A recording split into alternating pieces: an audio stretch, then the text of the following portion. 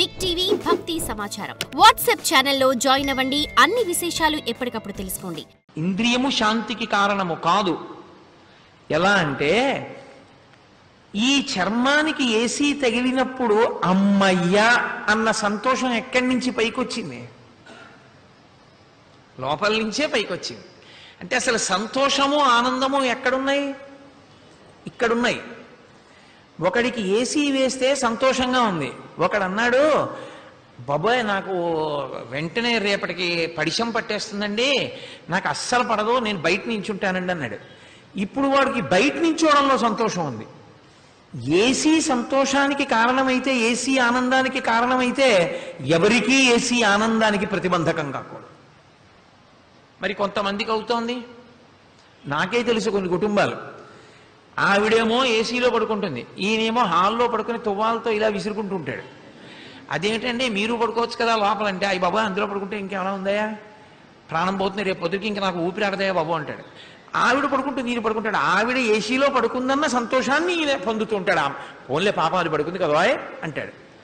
అంటే ఇప్పుడు ఏ సంతోషమైనా ఇక్కడుంది తప్పించి నిజంగా బయట వస్తువుల వలన సంతోషము ఆనందం ఉన్నదనుకోండి, ఆ వస్తువుని మీరు ఎంత అనుభవించినా సంతోషం ఉండాలి. సాధారణంగా ఏసీ ఉన్నటువంటి రూమ్లో దుప్పటో రొజాయో లేకపోతే ఓ పల్చటి బట్టన్నా ఉంచుతారు.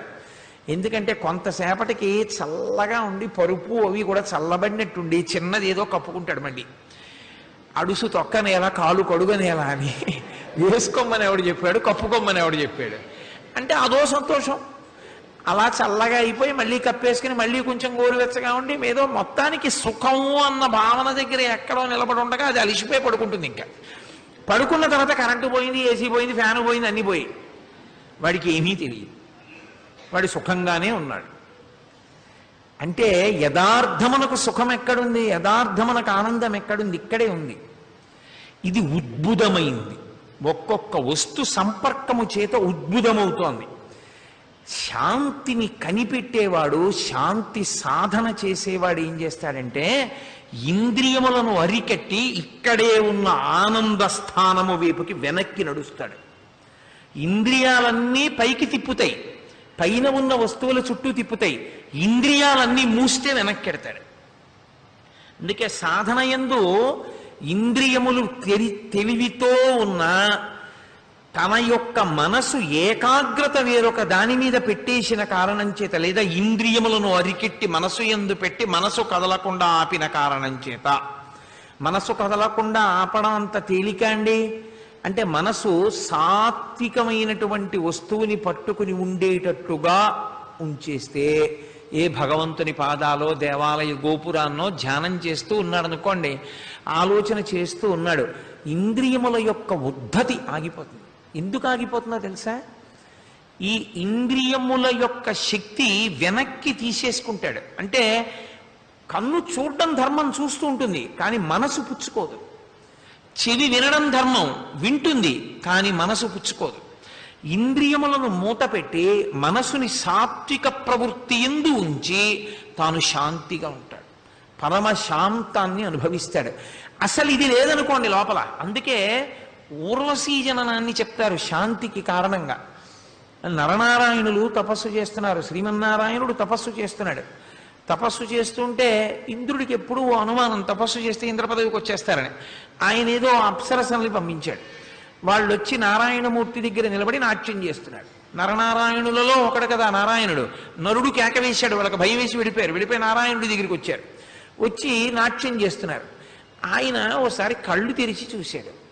అంటే మీరు చాలా అందంగా ఉన్నారని, మీరు నాట్యం చేస్తే కాలి మువ్వల చప్పుడు వినపడి నేను కళ్ళు తెరుస్తానని, నా కంటి చూపు మీ మీద పడుతుందని, మీ అందానికి నేను వశుణ్ణవుతానని, అప్పుడు నా తపస్సు పాడవుతుందని కదూ మీ ఆలోచన అని ఆయన తొడ మీద ఇలా చప్పుడు చేశాడు. చప్పుడు చేస్తే ఆ తొడలోంచి ఊరు అంటే తొడ, ఊరువుల నుండి పుట్టింది ఒక అప్సరస, ఊర్వశి. ఆమె అందాన్ని చూసి వాళ్ళందరూ సిగ్గుపడిపోయారు. అయ్య బాబోయ్ ఇదేంటి అంతంతగత్తే, ఆయన తొడ మీద ఇలా అంటేనే ఇంతంతగత్తె పుడితే మన మొహం ఇట్సా, మనం ఎందుకు ఈయన ముందు నాట్యం చేయడం? వాళ్ళు వెళ్ళిపోయారు. వాళ్ళు కంటి ముందు కనపడే అందం కన్నా అసలు అందం ఆయన తొడలోనే ఉన్నట్లు నారాయణమూర్తికి నీకు అన్ని విషయముల వలన కలిగేటటువంటి ఆనందమని చెప్పబడుతున్నది ఏదో అది లోపలున్నది. ఆ లోపలి ఆనందాన్ని అనుభవించడానికి వెనక్కి వెళ్ళేటటువంటి ప్రయత్నానికి సాధన అని పేరు. అది మనుష్యుడు ఒక్కడే చేస్తాడు. సాధన అంటే భగవంతుని యందు ఏకాగ్ర దృష్టి పెట్టి ఇంద్రియములను వెనకకు తీయుట, లేదా ఇంద్రియం యొక్క పని ఇంద్రియాన్ని చూసిన మనసుకి కలిగినటువంటి సంస్కార బలము చేత మనసు కదలనటువంటి స్థితిని పొందుట. అంటే నేను మీకు ఒక ఉదాహరణ చెప్పాలి అంటే, ఇప్పుడు చూడండి, రెయిన్ కోట్ అని ఒకటి ఉంటుంది. వర్షంలో వెళ్ళిపోతుంటాడు ఆయన, కానీ ఆయన ఇంటికి వెళ్ళి ఆ కోట్ ఇప్పేస్తాడు. ఆయన ఏం తడవడం, ఎందుకంటే అది ఆ కోటుకు ఆ శక్తి ఉంటుంది. అది నీరు పడినా జారిపోతుంది. దాని గురించి నేను వర్ణించక్కర్లేదు, మీ అందరికీ అనుభవంలో ఉన్నది. రెయిన్ కోట్ వేసుకుంటే వానలో తడవనట్టు మనసు సంస్కారమును పొంది ఉంటే ఇంద్రియముల వలన అలజడిని పొందాలి. మనసుని సంస్కార బలంతో నింపుట. ఒక ఉదాహరణకి, నాకు భోజనం వడ్డించారు, నేను పరిశేచనం చేసి నైవేద్యం చేసి 5 మార్లు హవిస్సు పుచ్చేసుకున్నాను. పుచ్చేసుకున్న తర్వాత ఒక నియమం ఉంటుంది, ఉత్తరాపోసనం పట్టే లోపల అసలు మాట్లాడకూడదు యథార్థానికి. ఎందుకంటే అది యజ్ఞంతో సమానం కాబట్టి భగవన్నామం చెప్తూనే తీసుకోవాలి తప్ప మధ్యలో మాట్లాడకూడదు. ఉప్పు తక్కువైందని అనకూడదు. ఎందుకని నువ్వు పరిశేచనం చేసేవారు యజ్ఞం, హవిస్సు, ప్రసాదం, దానికి రుచి చెప్పకూడదు. తిరుపతి లడ్డు ఇప్పుడు రుచిగా లేదన్నా అసలు వాడికి ప్రసాదం గురించి తెలియని వాడు చెప్పే మాటలు అవి. తిరుపతి లడ్డుకి రుచి ఏమిటి నీ మొహం? అది ప్రసాదం. ప్రసాదానికి రుచి ఏమిటి? నీకు రుచులు కావాలంటే హోటళ్ళ గురికి వెళ్ళి చెప్పు. అంతేకాని తిరుపతి లడ్డు రుచి అలాంటిది, తిరుపతి లడ్డూలో ఏముంది, తిరుపతి లడ్డూలో జీడిపప్పు ఎంత, ఈ ఏడుపు ఏడిచేవాడివి ఇష్టాలకి వెళ్ళి తప్ప తిరుపతి లడ్డు దగ్గరికి వెళ్ళి వీటన్నిటి మీద పరిశోధనలు చేసి వీటన్నిటి గురించి మాట్లాడడానికి కాదు. అది భగవత్ ప్రసాదము అంతే. భగవత్ ప్రసాదము అంటే ఈశ్వరానుగ్రహ హేతువు. అందులో ఏముంది నీకు అనవసరం. అది లడ్డు, చక్ర పొంగలి, ఏదైనా ఈశ్వరానుగ్రహ కారకము అంతే. అందులో ఇంత జీడిపప్పు ఉంటే ప్రసాదమని ఎక్కడా లేదు శాస్త్రంలో. నీకెందుకు ఆ తాపత్రయం? అసలు ప్రసాదం గురించి నీకేమీ తెలియదు, ప్రసాదం గురించి మాట్లాడడం. గుడి గురించి తెలియదు, గుడి గురించి మాట్లాడడం. ఇవాళ లోకంలో ఉన్న పెద్ద ప్రారంధం అంతా ఎక్కడుంది అంటే, ఎవడికి ఏం తెలియదో దాని గురించి వాడు మాట్లాడుతూ ఉంటాడు. దానివల్ల లోకానికంతటికి అశాంతి, అవన్నీ విని అశాంతి వస్తూ ఉంటుంది. ఇది చిత్రం ఏమిటంటే ఉత్తర భారతదేశంలో లేదు ఈ రకమైన లక్షణం. గంగలో అనేక మంది స్నానం చేస్తుంటారు, అదే పనిగా గంగలో స్నానాలు ఎలా జరుగుతున్నాయి, గంగలో ఏమైంది, ఎవడెక్కడ పడ్డాడు, విశ్వనాథుడి గుళ్ళో ఏమైంది, ఇవి అదే పనిగా ఏదో పని కట్టుకుని ప్రచారాలు చేయడం ఉత్తర భారతంలో లేదు. ఈ జాడ్యం అంతా ఇక్కడే బయలుదేరింది దక్షిణ భారతదేశంలోనే. అది కూడా తమిళనాడు, కేరళలో నాకు అంత కనపడ్డా, ఇక్కడ మరీ ఎక్కువైపోయింది ఈ మధ్యకాలంలో. కాబట్టి అది విశ్వాసాన్ని పాడు చేసేస్తుంది, సంస్కృతిని పాడు చేసేస్తుంది.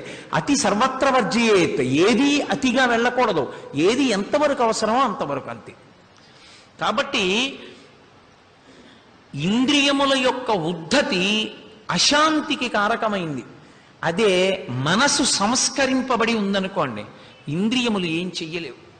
నేను భోజనం చేసేటప్పుడు ఉప్పు తక్కువైంది అనుకోండి, అంత మాత్రం చేత నా నాలుక ఉప్పు తక్కువైంది అని చెప్తుంది.